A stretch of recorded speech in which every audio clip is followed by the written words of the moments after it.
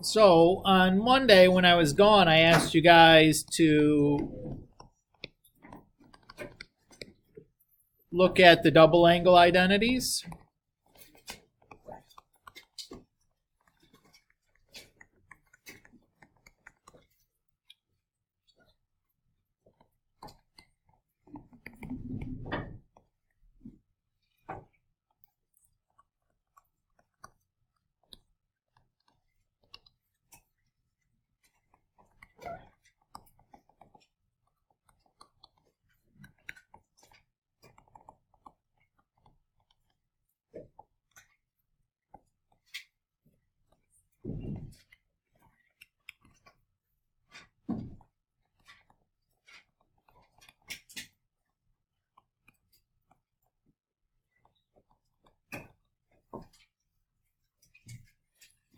So these are the three double angle identities.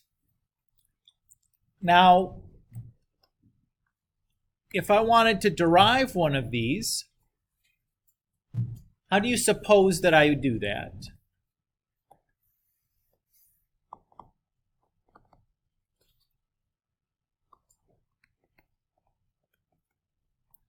Let's just say the double angle for sine, for the sake of argument. If I want to derive that identity, how do you suppose I would do that?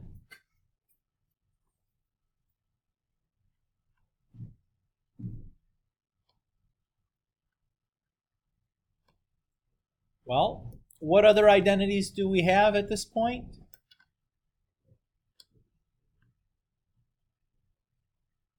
We have the angle sum and difference identities and then everything from chapter 5, right? Which one of those seems the most useful here?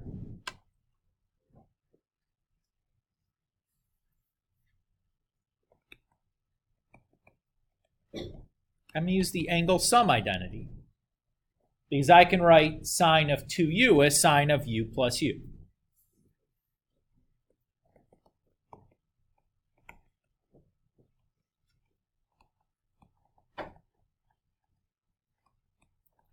So if I apply the angle sum identity, I get this.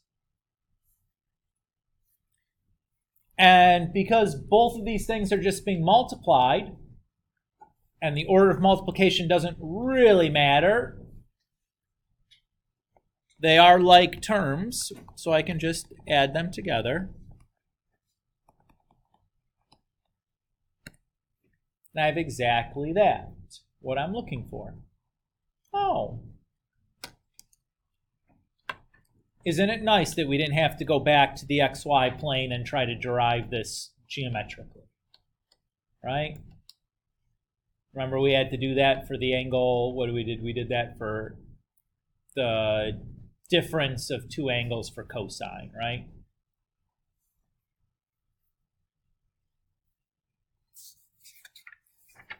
All right. In 6.2, we look at the power reducing identities. Again, I had asked you guys to look at this material when I was gone on Monday. So we have three power reducing identities. So when we say power reducing, what it means is that I'm able to rewrite a exponent without the exponent in it.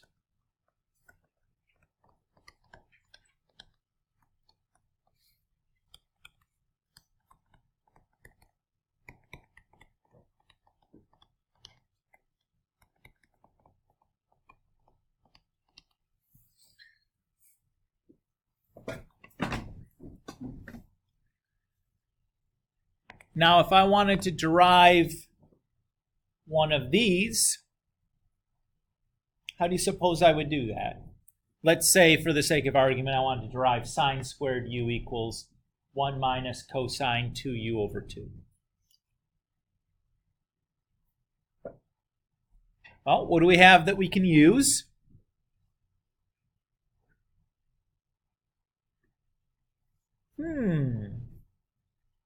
Let's go back here for a moment and look at the double angle.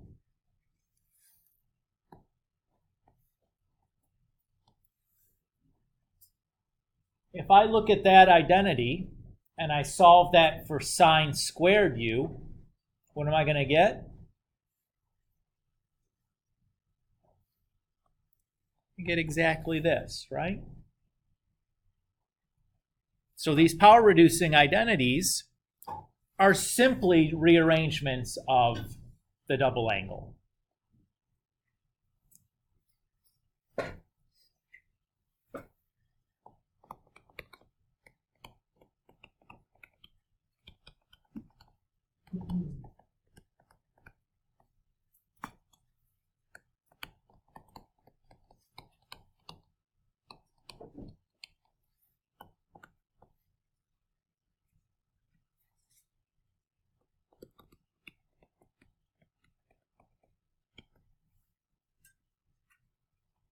So let's do a little example here.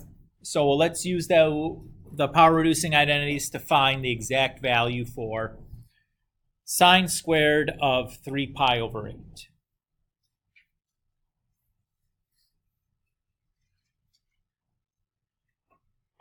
Okay. So if I use my power-reducing identity, I can rewrite this as 1 minus cosine of 2 times 3 pi over 8 all over 2. Everybody okay with that? So let's simplify that part down that's inside of the cosine. What do I get when I do 2 times 3 pi over 8? What do I get?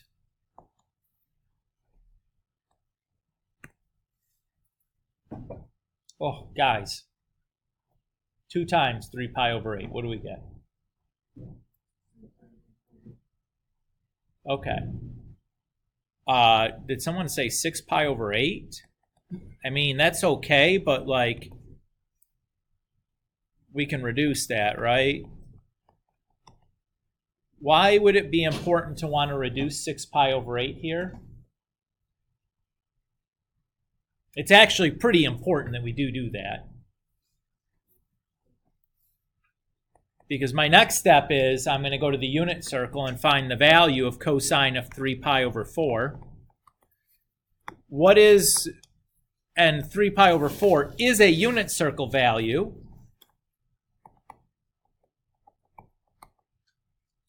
Six pi over 8 is not, right?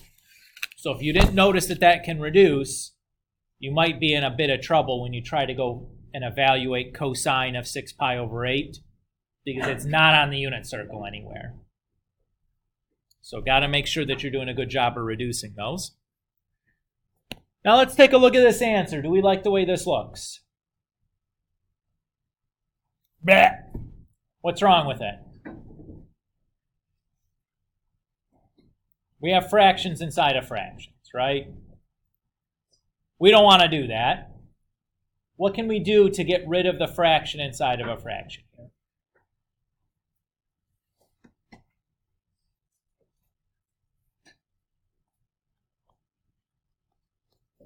Just going to multiply the top and bottom by 2.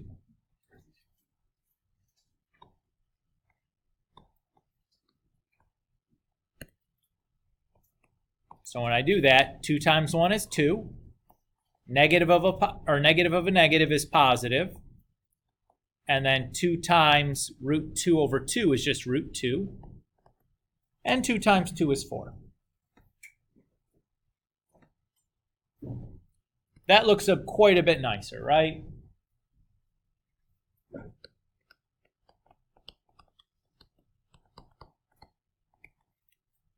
How about cotangent squared of negative 165? And obviously these are degrees that we're talking about. Oh, do we have a power reducing identity for cotangent? No. So what are we going to do?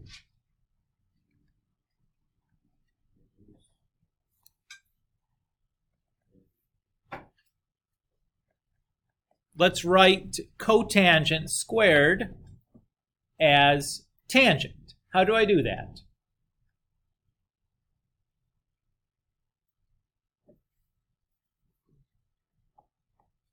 Come on, people.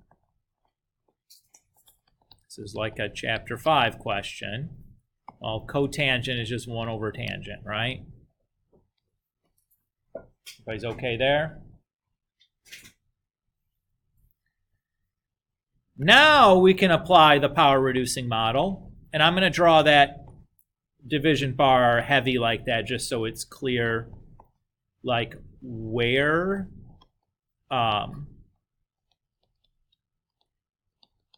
that division bar is, because we're about to get some fractions inside of fractions there.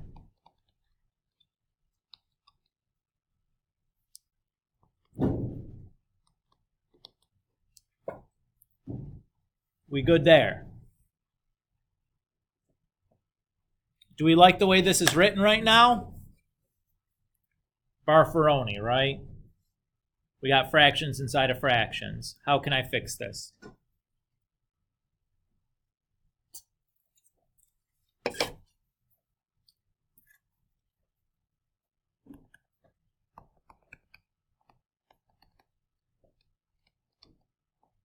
Well, the easiest way is to just think about it as a reciprocal, right? I have 1 over a fraction. That's the same thing as the reciprocal of the fraction. Everybody's okay with that? Like 1 over 1/2 is just 2. Same idea here. Okay. Now what do we want to do?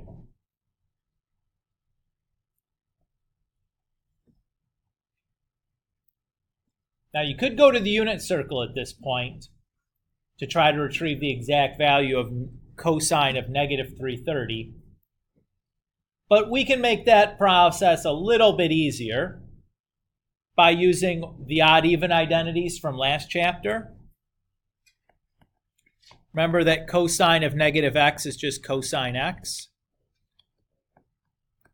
So rather than trying to figure out where negative 330 is on your unit circle, I just make those cosine 330s. And that's exactly a location on my unit circle. It's easy to find.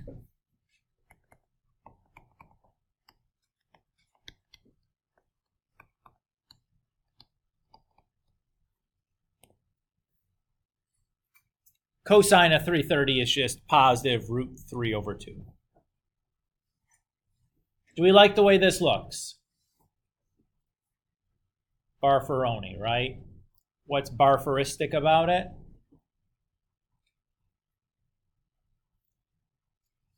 We got fractions inside of fractions, right? How am I going to get rid of that? Or fix that? Same way we did before. It's going to multiply by 2.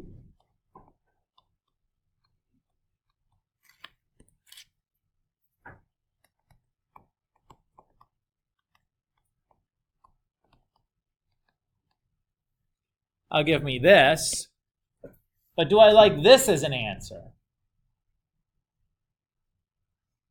I still don't love this. What's wrong with it?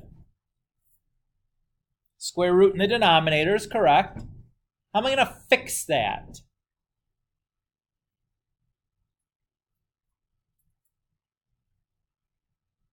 How do I get rid of that square root in the denominator?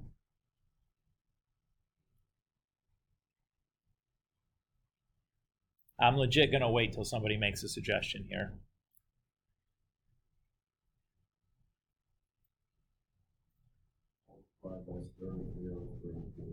Okay. If I do that, though, I have to distribute, right? And I'm going to be left with 2 root 3 minus 3. So that doesn't really solve it. But that's the initial first idea, and it's not a bad one, Ben. Caden?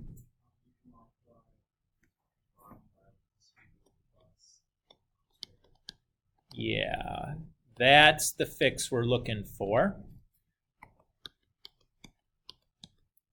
So what you're trying to do is create like a difference of 2 squares thing going on in the denominator. So if I have 2 minus square root 3, I need to multiply with 2 plus square root 3. So in the numerator, we got to FOIL all that junk out.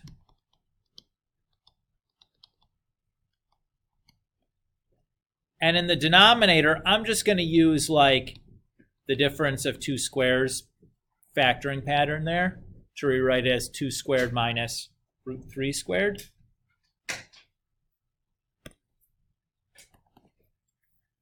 So let's see, in the numerator I have 4 plus 3, that's 7, and then 2 root 3 plus 2 root 3 is 4 root 3, and then I have 4 minus 3 in the denominator. So this is really 7 plus 4 root 3.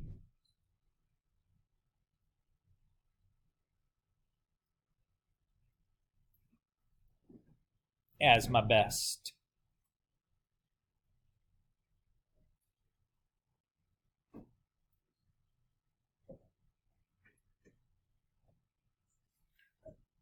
Everybody okay with that?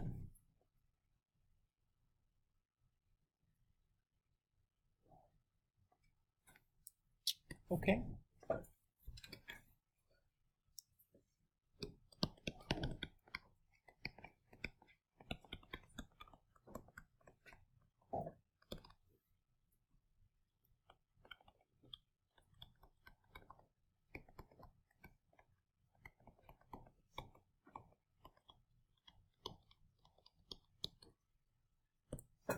Okay, so this one, it says, use the power reducing identities to prove sine cubed x equals 1/2 sine x times 1 minus cosine 2x.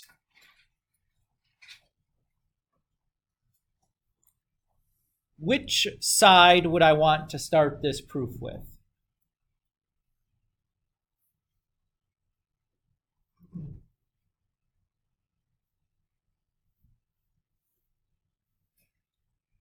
I'll wait till somebody ventures a guess. Colette?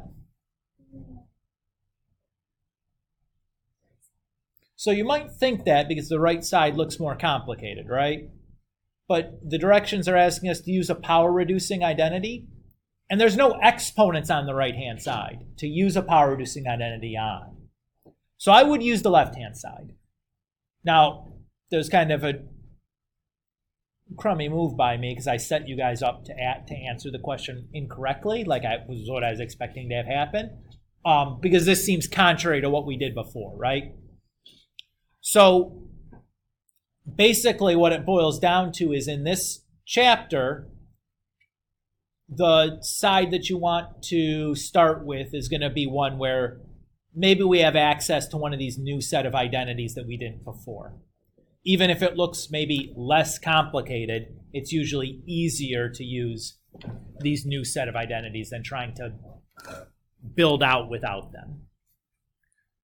Now here, the issue here is, though, we have a power reducing identity for sine squared, but not sine cubed. How am I going to deal with that? Anybody with Colette?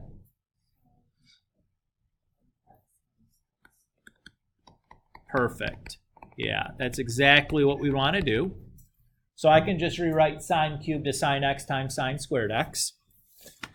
Then if I go to my power reducing model, or identities, excuse me, I can replace sine squared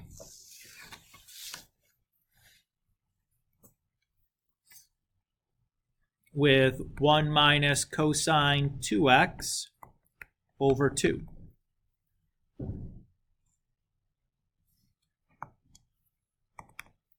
So you guys see the end yet?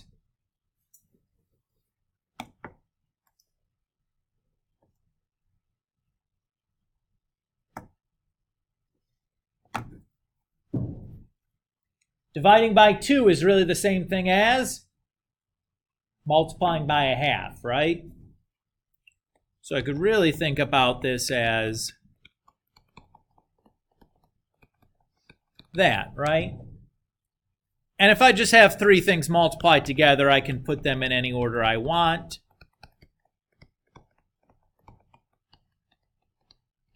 And I'm done.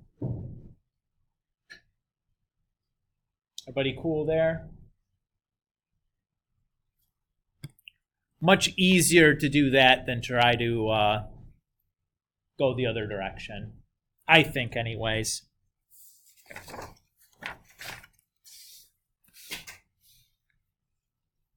All right.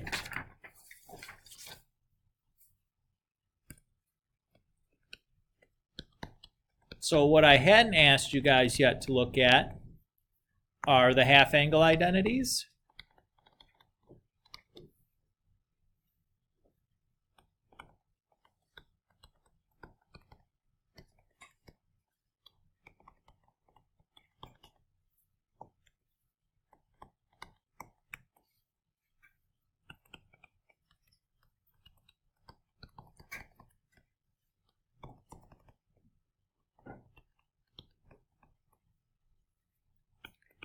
And here, tangent is the one that's kind of crummy because we have 3 versions.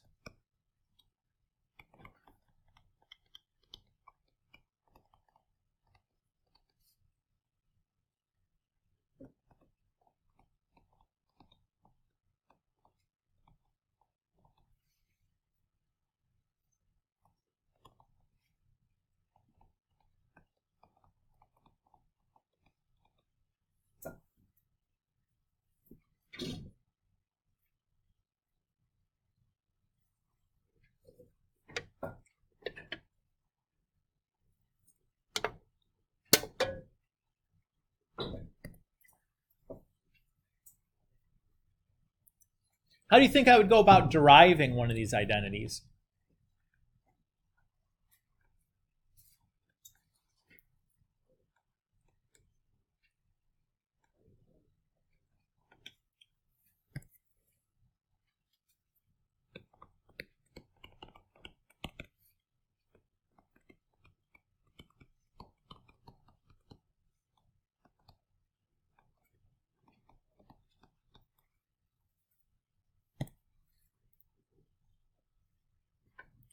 Well, here's the trick. I'm going to use the power reducing on sine squared of u over 2. So if I do the power reducing,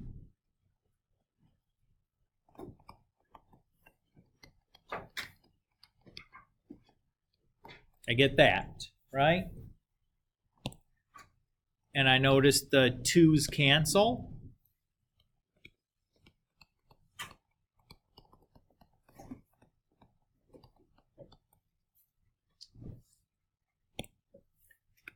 Then I'm just going to square root both sides.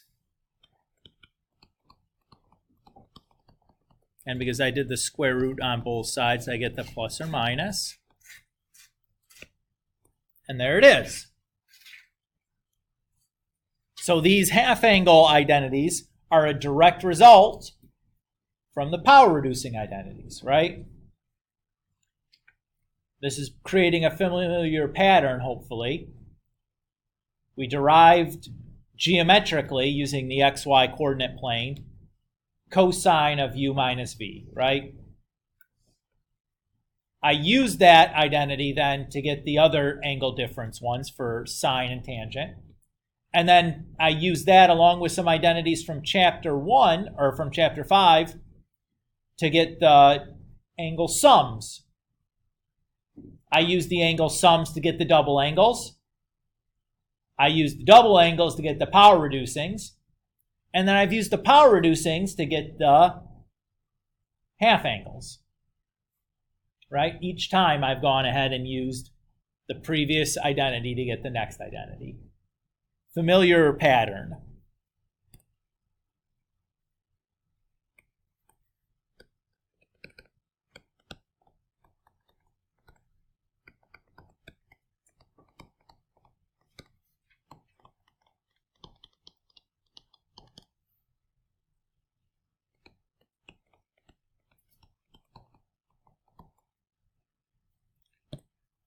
All right, so let's say we want to use the half-angle identity to find the exact value for cosine of 75.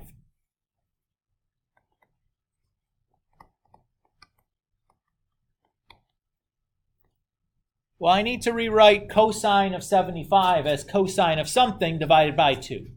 What should that something be? There is a single right answer here.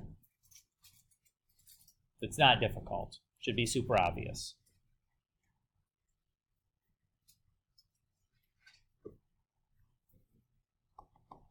150. Why 150? 150 divided by 2 is exactly 75, right? It's that easy. Okay. So what do I do then is I apply my half angle identity. Oops.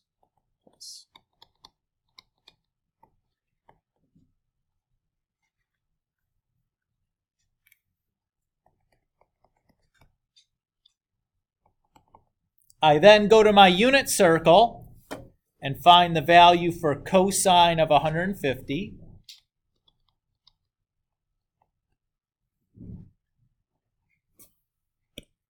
What's wrong with what I've written here? Or what's not great? What don't I like about how I've written this? Fraction inside a fraction. How am I going to fix that?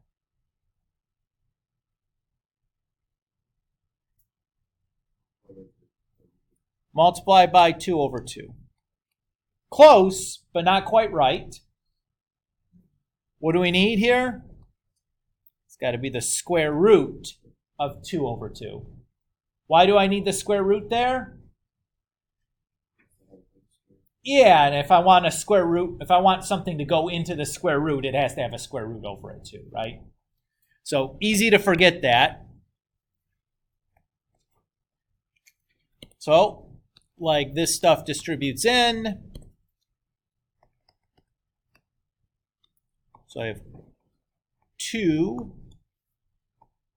minus root 3 over 4. And the square root of 4, I can do that. That's just 2, right? One last thing to deal with is this plus or minus. What should I have here? Should it be positive or should it be negative? There is a right answer, and there's a good reason why. When I say there's a right answer, sometimes I say, oh, tricked you, didn't really matter. It definitely matters here. There's a right answer. That's what I was trying to imply. Let's go back and look at what we're really trying to deal with. We're trying to find the value for cosine of 75. That's in quadrant 1, right? I remember all silly turtles crawl. In the first quadrant, everything has to be positive. So cosine of 75 has to be positive. And this is my final answer.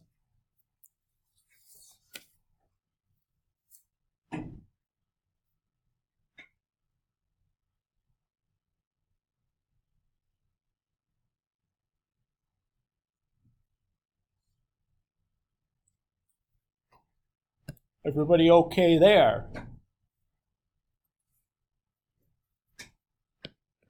What if I wanted to do tangent of negative 105?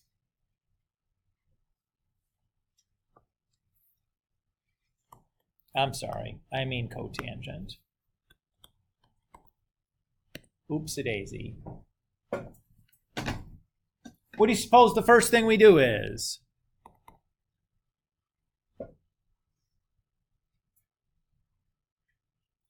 Do we have any of these identities for cotangents? What am I going to do first then? I'm going to write it as a tangent. Come on, guys. You knew that. Everybody's good with that idea. Okay. Now I need to write this as a half angle. So this is going to be tangent of what over 2?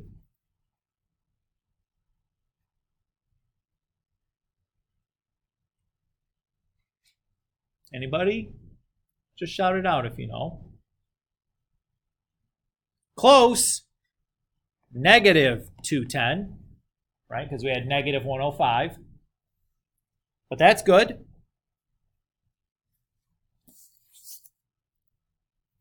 Now we have 3 choices for the half angle identity for tangent. It doesn't really matter, but there's definitely one that makes your life a lot easier. Which one of the three should we pick? The first one, the second one, or the third one?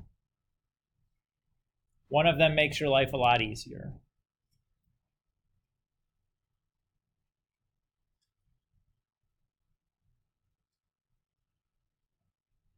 It's the second one. Why is the second one going to make our life,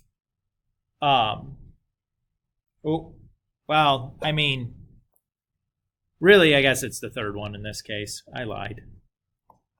I forgot that we have this stupid 1 over going on still here. So we'll see why that one is the better one here in a second. So we have that. And we'll just make the reciprocal because we have it's a 1 over a fraction.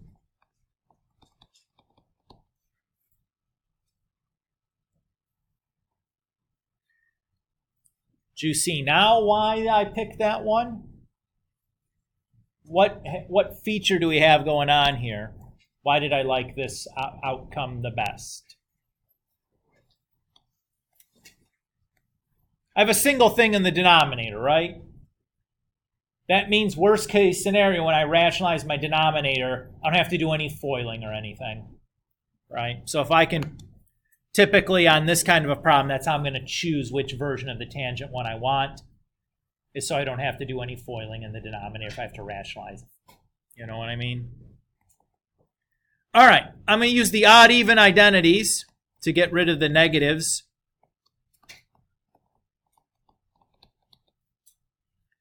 And then go to the unit circle. Cosine of 210 is negative root 3 over 2. Sine of 210 is negative a half. Got those fractions inside of fractions. Let's get rid of those.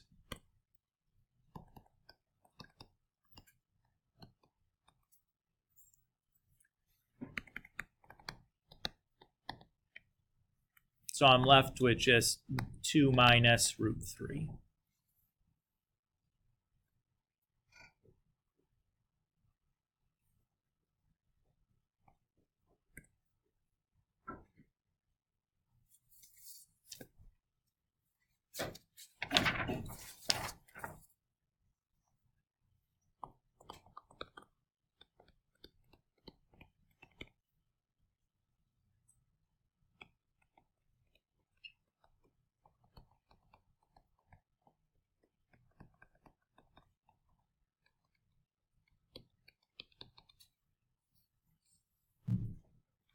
Okay, let's do this proof.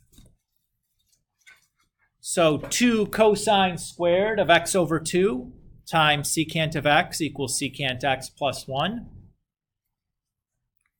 Which side would I want to start with? This one should be a no-brainer, right? I would do the left side, right? What's the first thing that I would do on the left side?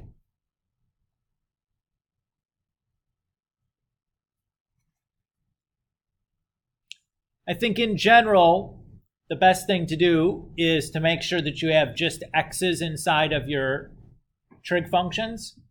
So the first thing I'm going to worry about is getting rid of this x over 2. Everybody's okay with that idea? How am I going to do that? I'm going to use the half angle identities.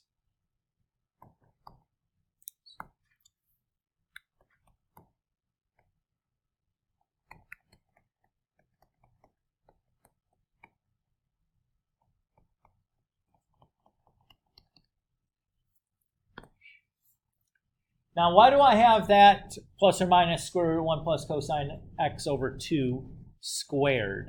Why do I have that extra squared there? Where's that coming from?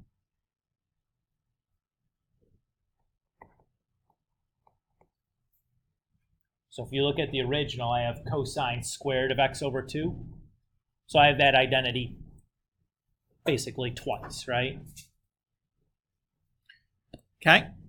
Well, it's really handy that that squared is there because it makes my life a whole heck of a lot easier. What's that squared going to allow me to cancel?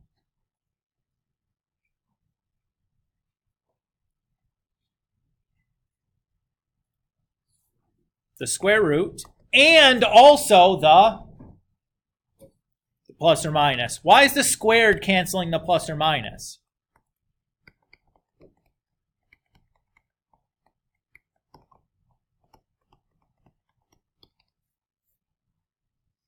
Well, if I square anything, what is the sign of that got to be?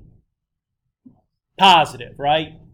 So now we know for sure there's no plus or minus anymore. If I square something, it has to be positive. What do you want to do now? I'd still do some more algebra. Something else to cancel here.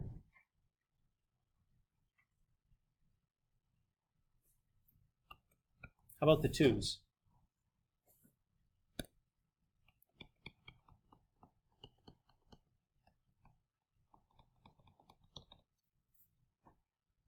Okay, what do you want to do next?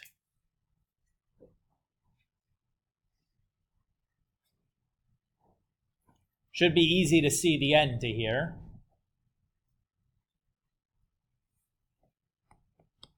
Let's distribute.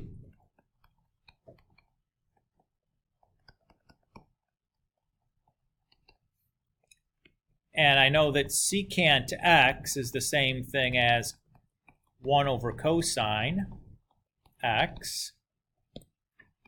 And cosine times 1 over cosine obviously just gives me 1. And I'm done.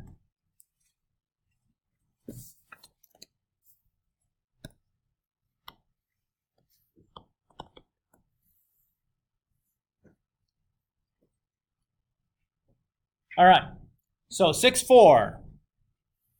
We've done all the identities. They're done. No new identities in 6-4. What we do in 6-4 is we're going to do some proving and solving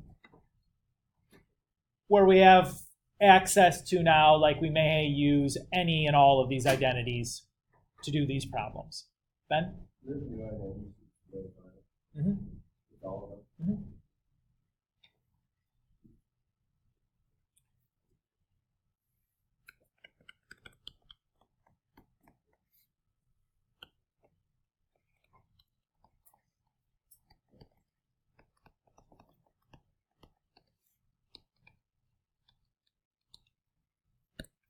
So let's say we want to prove this. 2 cotangent of 2 alpha equals cotangent alpha minus sine alpha.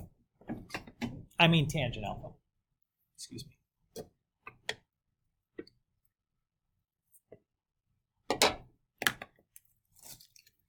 Which side should we start on?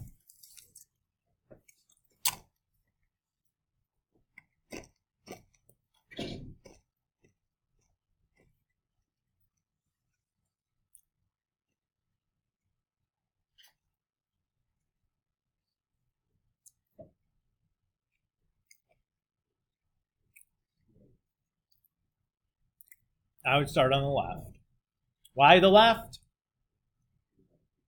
Because of the double angle. In general, I think it's much easier to take the double angles, half angles, etc., and turn them into regular x's than it is to take a regular x and try to turn it back into a double angle. Okay? Now, do we have a double angle formula for cotangent? No. So what are we going to do? I'm going to write it as a tangent.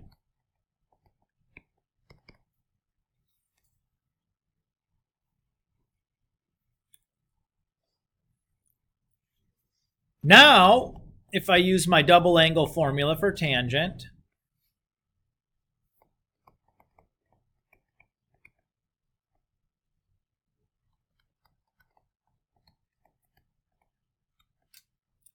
I have that.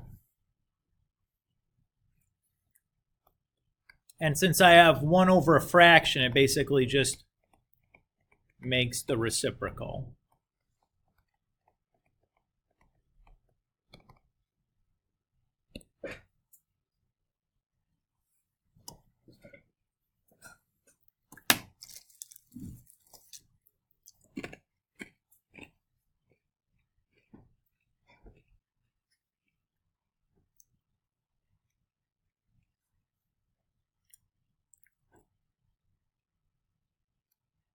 What should I do next?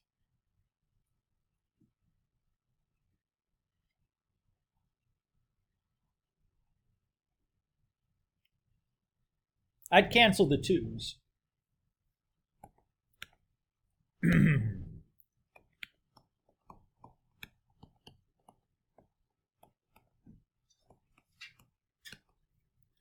Now the next step is a little tricky.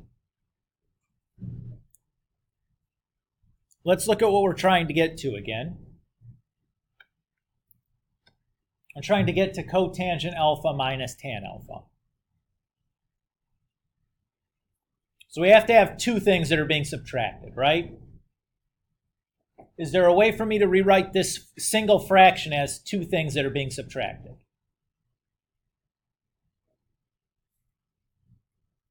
Sure. I can just think about this as two things with a common denominator that are being subtracted, right? You can always do that. You can take a one fraction, write it as the sum or difference of two fractions with the same denominators. And this is fantastic, right? What do you notice about 1 over tangent? That's the cotangent we're looking for. What do you notice about tan squared over tangent? Well, that reduces down to just be tangent. And that is entirely what we're looking for.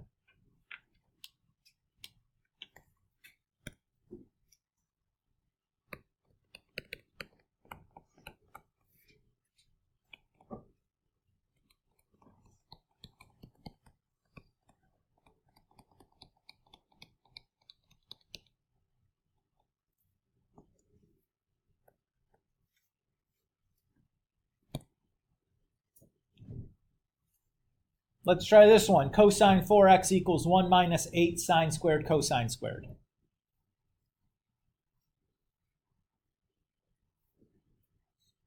Which side do you want to start on?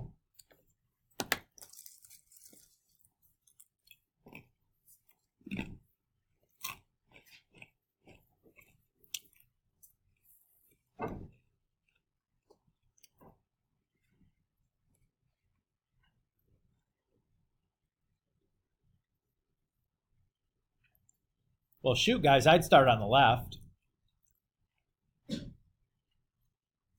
Because I'd try to get that 4x into just becoming a regular x. Now, we don't have any 4x identities. So how should I think about this?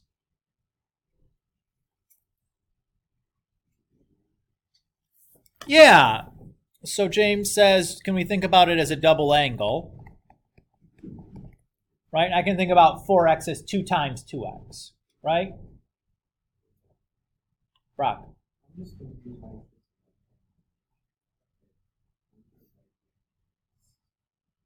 Okay, so in this, once we have access to these double angle and half angle and angle sum and difference things, it's generally going to be easier to take everything down in terms of x's than to build something that are in terms of x's and get a coefficient back inside of the... So no longer is like more complicated, just visually more complicated. So the coefficient inside the trig function is quite difficult to get. And that's why we're going to try to get rid of those things. Those trump more complicated, I guess is what I would say. Does that feel okay, Brock? All right. Yeah, Ben?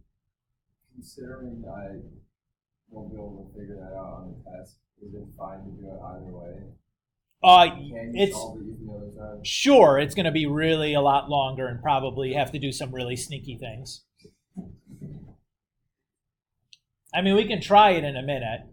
It's going to be much clearer how you go from the cosine 4x to the other side than doing the reverse. Well, I believe you. I just don't know that I'd be able to pick out that side. This is the one to start with. So you always look for a coefficient first. There's coefficients on the x's. That's the side you want to work on first. Okay. Then if there's not, if everything is just x everywhere, Then I would go and just do the more complicated side.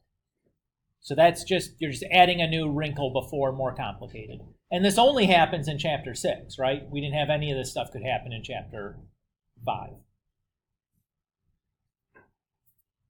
All right. So here's the crummy part, though. Our double angle formulas for cosine, we had 3 different versions. One of them is going to make life a little bit easier here. Which one of those 3 versions would I want to pick? The first one, second one, or third one?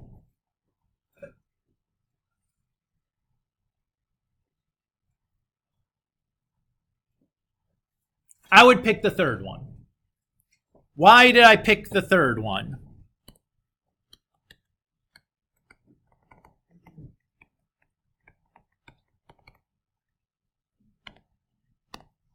If I look at the right-hand side, I have 1 minus something. That's going to get me the 1 minus part by picking the third part of the cosine. Is that everybody okay with that? Just that simple. Looks the most like what I'm trying to get to. Okay.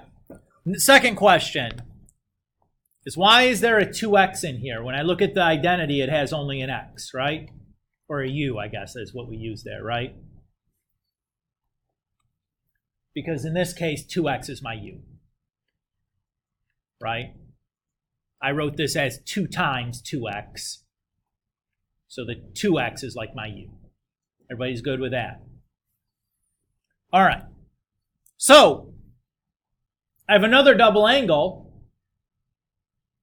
so I got to deal with that. So what's the double angle formula for sine? Well, it's 2 sine x cosine x, right? And how many of those do I have? How many sine 2x's do I have? I have it twice, right? Because I have sine squared 2x. So that thing needs to be squared also.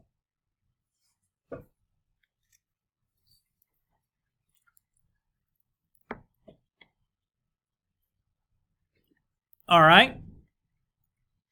Next up,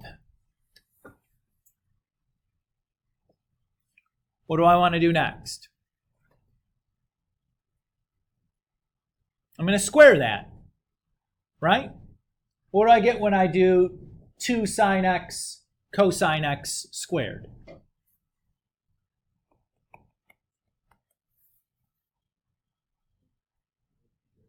Do I have to FOIL? There's no addition or subtraction, right? Isn't that just the same thing as 2 sine x cosine x times 2 sine x cosine x? If everything's being multiplied together, can't I just multiply the things together in any order I want? And just write that? Multiply the 2's together, the sines together, and the cosines together? Someone else is trying to ask a question here. What's up? I use the double angle formula for sine.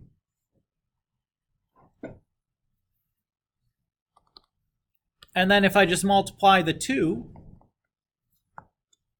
I have exactly what I'd need.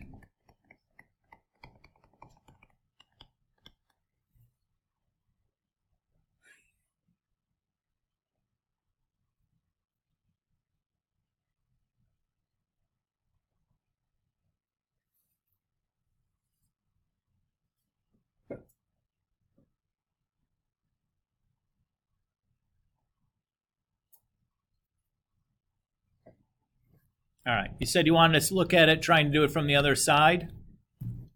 All right. So here's the key, is looking at it from the other side, is I know I need some double angles. So I'm going to look for places where I see double angles. This is the place where I see double angles.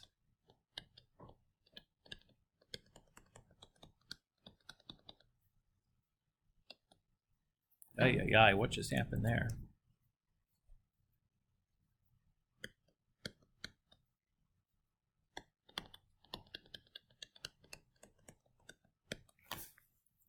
So that's my first step, is to think about that 8 sine squared cosine squared and write that as some double angle things.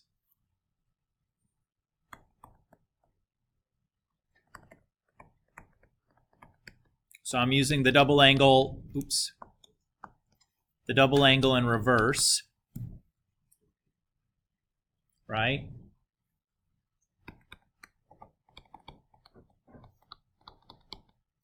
That gives me that. Now I'm using the cosine double angle. I guess I should put some equal signs in here. So that's going to be cosine of 2 times 2x, which is cosine of 4x. That's how you'd have to do that. To come up with that on the test, that first step to get going in the right direction seems really unlikely to me, right? That's pretty clever to go, oh, that's how I'm going to break that thing up so I can start doing double angles. Likely, what you'd probably try to do is doing like your chapter 5 identities on the sine squareds and cosine squareds, right? And then it turns into a big bloody mess. So I think you can... You might be able to do that and get it to still work out, but you'd have to do some weird stuff, I think, to end up getting down to like a... If you did that, you could probably get it to turn into like sine to the 4th minus 4 sine squared cosine squared plus cosine to the 4th, which you could then factor to be cosine squared minus sine squared times cosine squared minus sine squared, and then use the double angle on those, maybe? I don't know. That seems unlikely, maybe, even that works. Again, just coefficient comes before more complicated. I think is usually easiest in my long years of doing this. All right.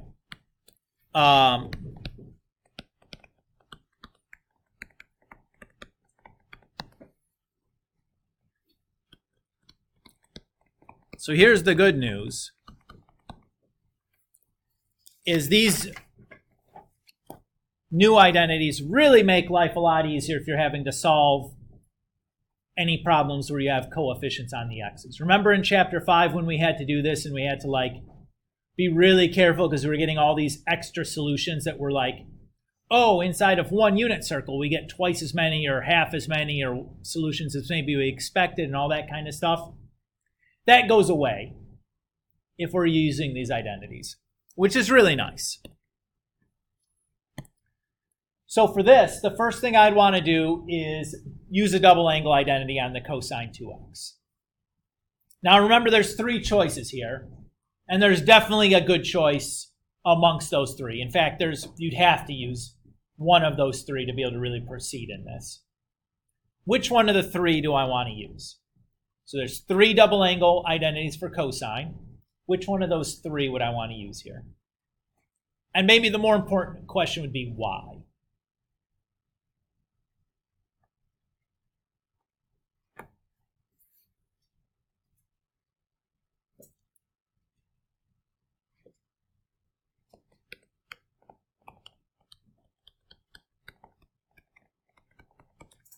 I definitely want to use 1 minus 2 sine squared x. Why did I want to use that one?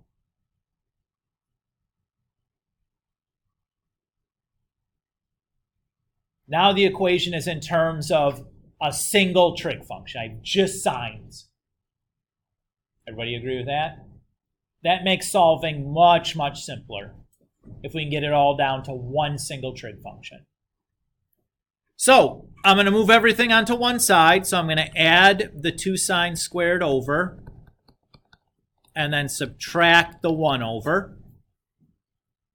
And what I have is something that looks quadratic, right? Unfortunately, the leading coefficient isn't 1. So we have to do the long factoring for this. So the 2 numbers that multiply to give me -2 and add to give me 1 are 2 and -1.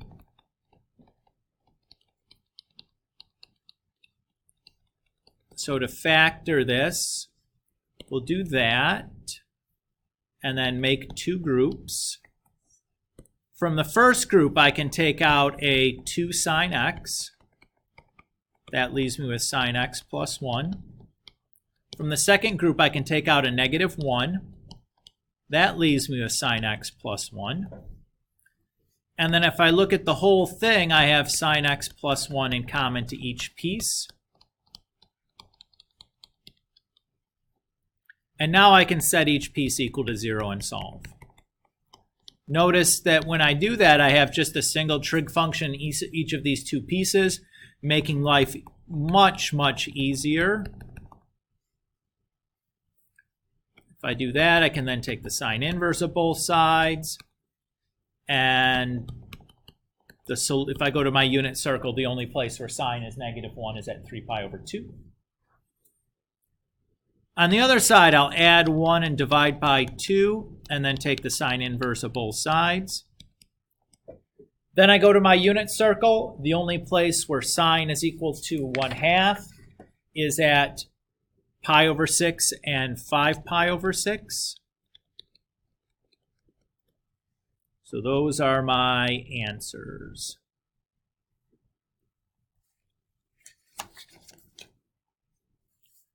Why was this so much nicer this time around?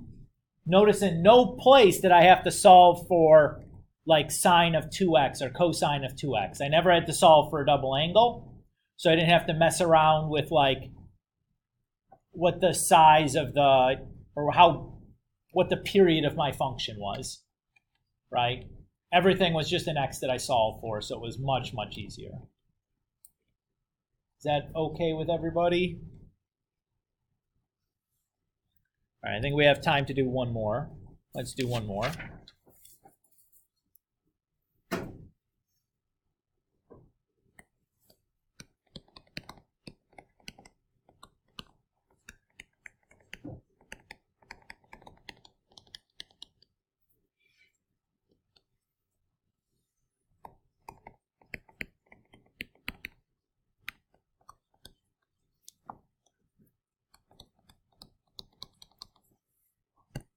All right, last example for today. We want to solve for x on the interval from negative 4 pi to negative 2 pi for sine of 2x equals negative cosine squared x. First thing I would do, I get rid of the double angle. So if I go and use my double angle identity for sine, I can rewrite that as 2 sine x cos x. Everybody's okay there. Now I have only x's, right? So let's get everything onto one side. So let's add over the 2 cosine squared.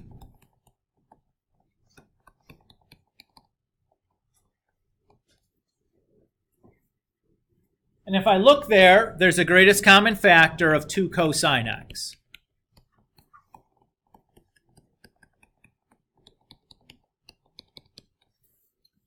So I'll factor that out, and then I'll use the zero product property to set each of these two factors equal to 0.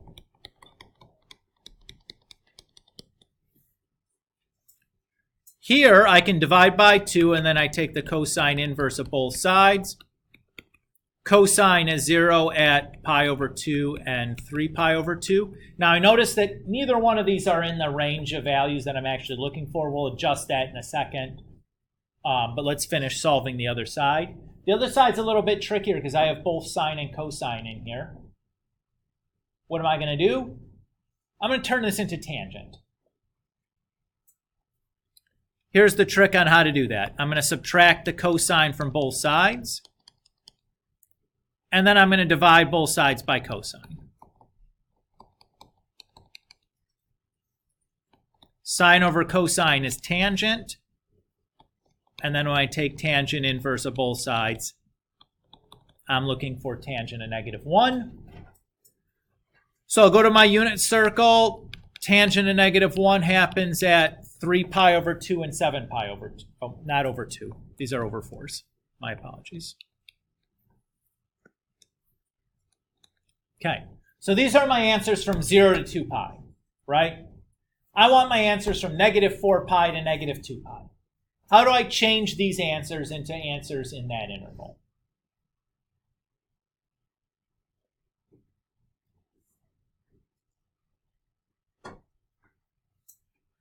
It's easy. I'm going to subtract 2 pi twice. If I subtract 2 pi once, I'll get answers between negative 2 pi and 0. If I do it again, it'll be between negative 4 pi and negative 2 pi. So that's the idea. I'm just going to subtract 2 pi from each of these twice. So when I do that, that's the same thing as subtracting 8 pi over 2. That's going to be negative 7 pi over 2 and then negative 5 pi over 2. And here it'd be like subtracting 16 pi over 4. So that's negative 13 pi over 4 and then negative 9 pi over 4. Okay? Let's stop here.